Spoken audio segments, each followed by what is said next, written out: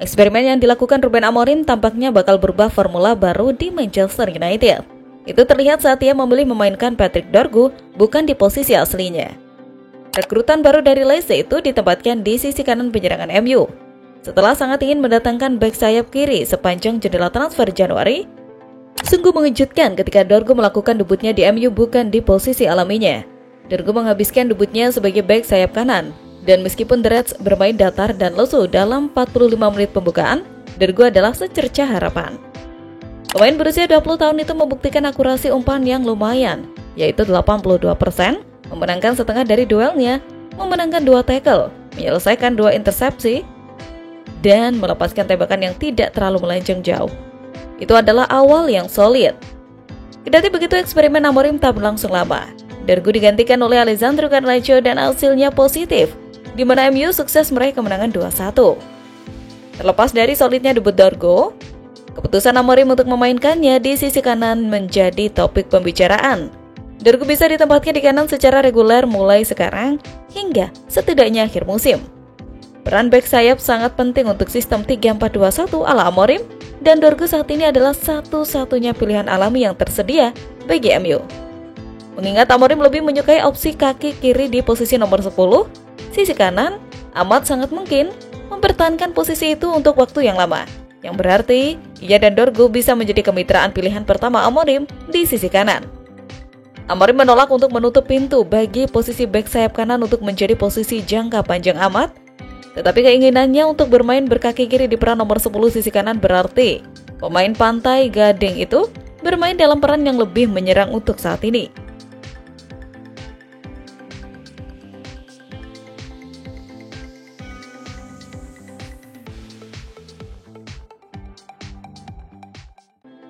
Manchester United sedang dalam tahap persiapan untuk meluncurkan strategi ambisius bersama Mission 21. Misi ini bertujuan untuk mengakhiri puasa gelar Liga Inggris dan meraih trofi Liga ke-21 yang sangat dinantikan. Dengan semangat tinggi, klub bersejarah itu bertekad kembali ke jalur kemenangan yang sudah lama ditunggu-tunggu. Menurut laporan The Times, inisiatif itu dipimpin oleh Direktur Olahraga Neil Sirdev, dan ia kini mengemban tanggung jawab besar dalam operasional klub bekerja sama dengan Direktur Teknik Jason Wilcock. Brailsford mengambil alih peran itu setelah kepergian mendadak Dan Ashworth dan hanya bertahan selama 5 bulan. Mission 21 merupakan bagian dari proyek lebih besar yang dikenal sebagai Project 150 yang bertujuan mengembalikan MU ke puncak sepak bola Inggris tepat pada peringatan 150 tahun klub pada 2028. Kami selalu mencoba mendatangkan orang-orang berpengalaman untuk berbagi ilmu dengan staf, memahami kondisi fisik pemain, dan mencari cara untuk meningkatkan performa mereka. Ujar Amorim dikutip dari laman resmi Manchester United. Pendekatan tersebut diharapkan dapat memberikan kontribusi signifikan terhadap kebugaran dan performa pemain. Namun, meski ada banyak upaya perombakan, performa tim di lapangan masih belum menunjukkan konsistensi. Sejak kedatangan pelatih Ruben Amorim yang mengubah skema permainan menjadi 3-4-3, MU mengalami pasang surut. Setelah meraih 3 kemenangan beruntun, mereka terpaksa menelan kekalahan dari Crystal Palace di Old Trafford, membuat mereka terjebak di peringkat ke-13 klasmen. Dalam upaya memperkuat skuad, MU baru saja mendatangkan bek kiri asal Denmark Patrick Dorgu dengan biaya transfer GPB 25 juta atau sekitar 508 miliar rupiah. Dorgu diharapkan segera berkontribusi dalam tim utama Setan Merah di bawah kepemimpinan Ruben Amorim. Dengan laga melawan Leicester City di babak keempat Piala FA, lalu Bruno Fernandes CL akan berkunjung ke markas Tottenham Hotspur di lanjutan Liga Inggris 2024-2025. Jadi, tantangan besar menanti Setan Merah. Semua mata kini tertuju pada bagaimana mereka akan melanjutkan Mission 21 dan mengejar kembali kejayaan yang sudah lama hilang.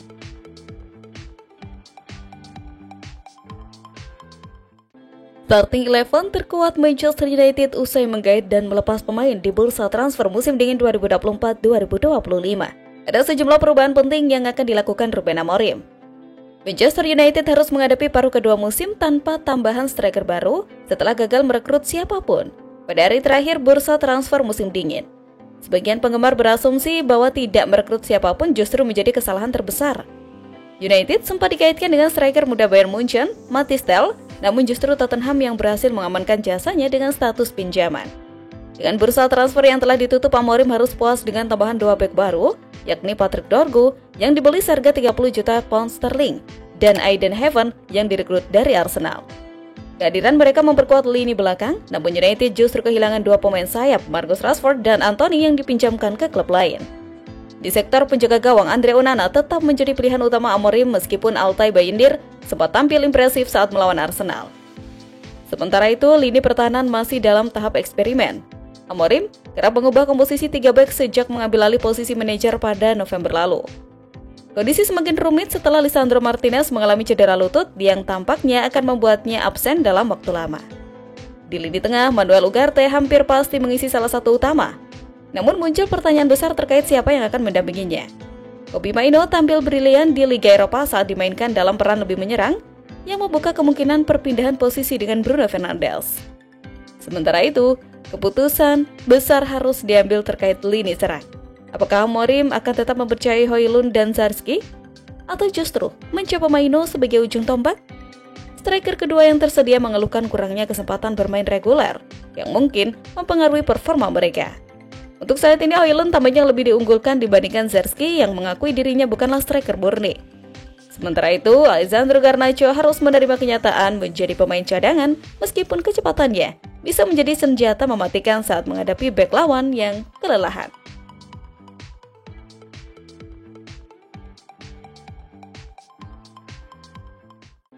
Pelatih Ruben Amorim terancam dipecat karena Marcus Rashford. Menurut Palmerson, pelatih Ruben Amorim berisiko dipecat jika Manchester United tidak meningkatkan performanya di Liga Inggris dan Marcus Rashford bersinar dengan seragam Aston Villa. Setelah sekian lama tidak diturunkan oleh pelatih Ruben Amorim, Marcus Rashford meninggalkan Manchester United untuk bergabung dengan Aston Villa dengan status pinjaman hingga akhir musim ini dengan klausul pembelian sebesar 40 juta pounds. Sementara itu, performa Manchester United belum kunjung membaik karena terus kalah dari Crystal Palace di kandang sendiri akhir pekan lalu. Menurut Palmerson, pelatih Ruben Amorim akan mendapat masalah besar jika Manchester United tidak bisa bermain lebih baik setelah menyingkirkan Rashford dan Anthony. Mantan pemain Arsenal berbagi di Sky Sport. Jika Rashford datang ke Aston Villa dan mencetak 10 gol dalam 10 pertandingan, dan Manchester United terus bermain buruk, maka tentunya pimpinan klub harus mempertanyakan keputusan Amorim. Aston Villa adalah salah satu tim terkuat di Liga Inggris saat ini. Mereka punya sistem permainan yang jelas dan pelatih bertalenta seperti Unai Emery.